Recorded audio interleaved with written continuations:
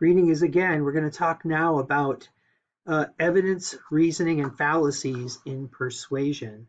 So we're talking about the tools that we use to create the persuasive argument. So let's begin with evidence, right? Evidence is, of course, the supporting material that we use to prove or disprove something. Now, earlier in the semester, we covered a variety of different types of evidence that we could collect, right? From statistics to examples to various forms of testimony. Just make sure that when you're creating a persuasive argument, that you're following some of these tips to help make the evidence usage more convincing and compelling. So the first one is to try to be as specific to the field that your topic is about, right? So if it's a medically relevant topic, then try to choose credible medical sources. If you're talking about an agricultural issue or topic, then try to dive into some of the academic agricultural research that fits that particular field. Try to make sure that you're using specific evidence. Using novel evidence is going to make your evidence or information a little bit more compelling to an audience. If we've not heard just common knowledge types of information, we hear more than that, then that shows that you've put in some extra homework and research and dug to find some things that are more interesting, compelling potentially. Make sure that your sources are credible, obviously, and then have a point, right? Make sure that when you use your information, that you can explain what that statistic or that number actually means. So if we know that a certain number of people are going to be harmed by a certain issue, and we have a number associated with it, then tell us how big of a number that actually is by relating it to something else, right? Make sure that the point is kind of clear. All right, reasoning.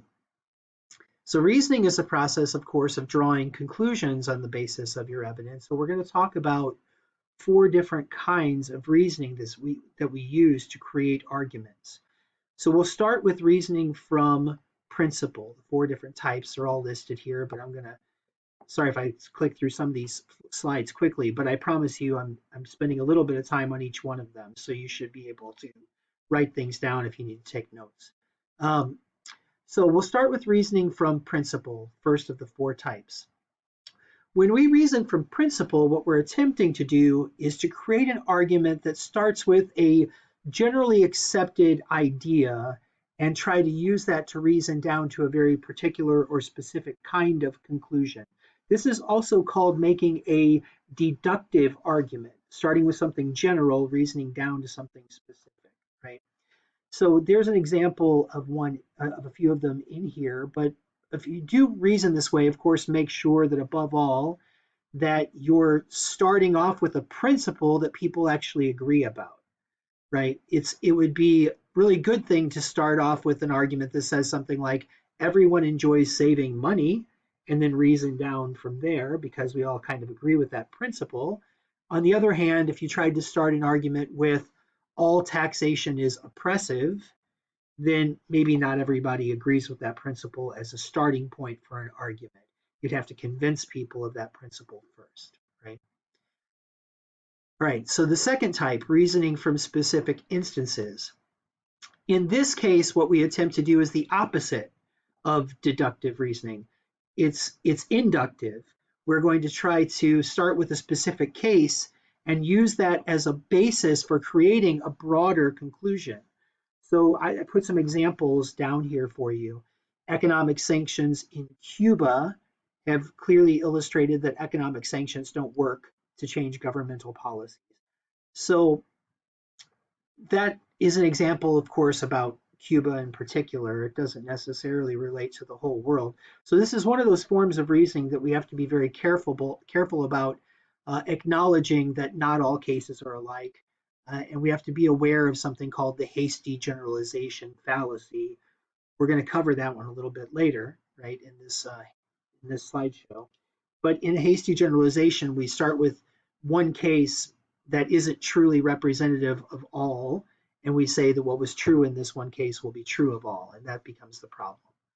All right, so third type, causal reasoning. And I like that you can see the next slide is coming up here. It's kind of cool. So causal reasoning is when we attempt to establish a cause and effect relationship in an argumentative way. In other words, if you don't study, you may perform poorly on tests. We tend to think there's a cause and effect relationship between those types of things, and we make those kinds of arguments on a pretty consistent or regular basis. Smoking cigarettes is a primary cause for lung cancer, right? So this would be another causal type of argument. Um, and then the fourth type, analogical reasoning. So reasoning by analogy, what we're attempting to do is to show that we have two cases that are kind of alike. We acted in this way to address case A, so in case B, we need to do the same thing, right? So it's sort of like taking two similar situations and kind of talking about what happened, what should have happened, what didn't happen, right? That kind of stuff to create the argument. So I've got this example down here from like the Great Depression. In the past, we handled an economic crisis by rebuilding our infrastructure and putting people to work. If we do that today, then we can overcome the current economic crisis. Probably need to spend some time discussing what the current economic crisis is to help people understand why it might be vital to be more aggressive in creating new jobs, right? All right. So in forms of reasoning, I think it's important to talk about the error in reasoning, also known as a fallacy. Um, it's possible in the test you're going to see a question related to the fallacy and defining what it is. Just make sure that you're sticking to this kind of language because a fallacy is not purposefully a lie in many cases. A fallacy is just a poor use of logic. It's bad reasoning, right? And we do it all the time. And sometimes we don't even realize we're doing it. And we think we're being honest and sincere, but in reality, we're not reflecting an accurate argument. So be careful about calling them lies, right? So let's go through 8 general fallacy types. We'll start with the hasty generalization. You've already heard that one because that's related to the specific instance argument that we talked about, that form of reasoning, right? So it's a fallacy where we jump to a general conclusion and we didn't really have enough evidence to reach that conclusion. So I put an example of what one would look like down here. Last year alone, 3 members of our state legislature were convicted of corruption. We can conclude then that all of our state's politicians are corrupt. It's cynical, right, to just go, yeah, they're all a bunch of corrupt morons, that kind of thing. But it's not really accurate or true. Some people actually have family members who serve in political offices, even in our own community, and who are attempting to do so from a very noble position. We're seeing uprisings of newer forms of politicians who don't take corporate money and those types of things anymore. And so technically they can't be called corrupt if they're not doing that, right? Um, so it's 3 members and the large number of people who are in the state politics is just not enough information to reach the all. A lot of times with this type of fallacy, just avoid that word, all, right? That's the problem. Okay, next fallacy type, the false cause fallacy. This one also has a fancy Latin name. You don't have to remember it, right? The post hoc ergo propter hoc fallacy. After the fact, therefore, because of the fact. So in this type of fallacy, we assume that because one thing followed the other, that the first thing was the cause of it. Here's an example. I'm sure the stock market will rise this year.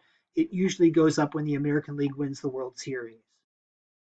This is one of those, you might be able to prove a correlation, but that doesn't necessarily mean causation types of things, right?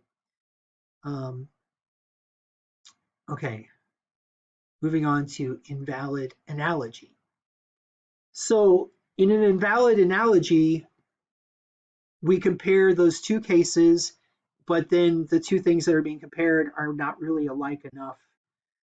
So here's a good example of one of those types of fallacies. People who have to have a cup of coffee every morning before they can function have no less of a problem than alcoholics who have to have their alcohol each day to sustain them. Obviously, we know that the chemical effect of those two different problems are not exactly the same, right?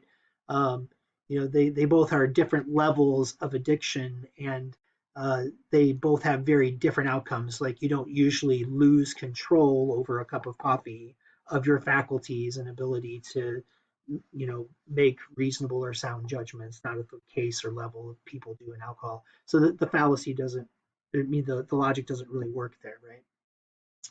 All right, the red herring fallacy. Fish names, that's always fun. Right. But it's a fallacy that tries to introduce something irrelevant in order to divert people's attention from the real issue. Politicians do this all the time, right?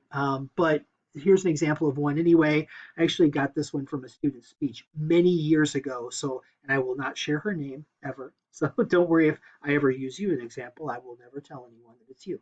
But why should we worry about endangered animal species when thousands of people are killed in automobile accidents each year? So this one is trying to raise the alarm bells of something else that we should be worried about at a higher rate or priority than the other thing. But the problem with that is that it doesn't mean that we shouldn't worry about the other thing.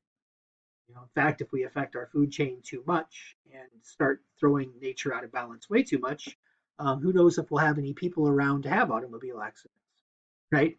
So we have multiple organizations who can address all of these problems. So just because one is higher priority doesn't mean that the other one is of no priority, right? An ad hominem attack, right? So this one is also just called name calling, when you basically just try to discredit someone by calling them dumb or stupid or something along those lines. Oftentimes that's just poor logic because it doesn't address the actual argument or the issue that you have.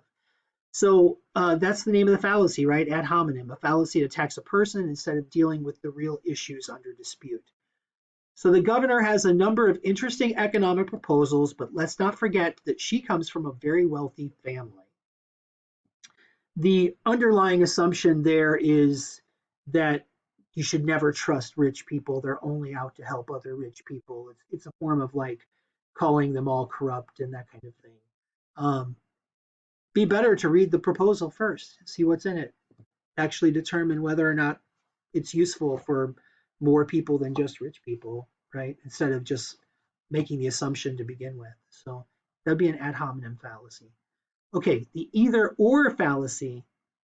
Either or is when we force people to choose between two alternatives when in reality there are more than two alternatives. So the examples here include, or the example that I have is, the government must either raise taxes or reduce services for the poor. The reason we call that a fallacy is because there are lots of other choices in play. We could maintain a current level of taxation, alter our spending priorities, and possibly increase services for the poor without doing anything to raise any more taxes, right? So that's just putting people in a false dilemma. That's what that one's also called, a false dilemma fallacy. All right. And then the next one that we talk about is the bandwagon fallacy. So this one is the idea that just because something's popular, it must also be good or right. So if somebody says the president must be correct in his approach to domestic policy, after all, polls show that a certain number of people support him or her. We'll get a her someday. That'd be great. But this, of course, being correct has nothing to do with how popular you are. Some decisions that have been made by presidents were very popular but wrong, and sometimes presidents make very unpopular choices that are correct. So we don't want to just assume because everybody else is doing it, we should too, right? The last one we talk about here is the slippery slope. And this one basically says that if we take a first step, it's going to lead to really horrible consequences that we cannot prevent. So we've got this example here: passing federal laws to control the amount of violence on television is the first step in a process that will result in government control of all forms of media and censorship, blah, blah, blah. Well, we haven't seen this historically play out this way, right? We've had laws to control the amount of violence on television for forever, and we alter them every once in a while to maintain standards. So that's why it's considered a fallacy, because it doesn't necessarily follow that we get to this on the basis of that. All right, that's all I have time for now. Pay attention to the other slides.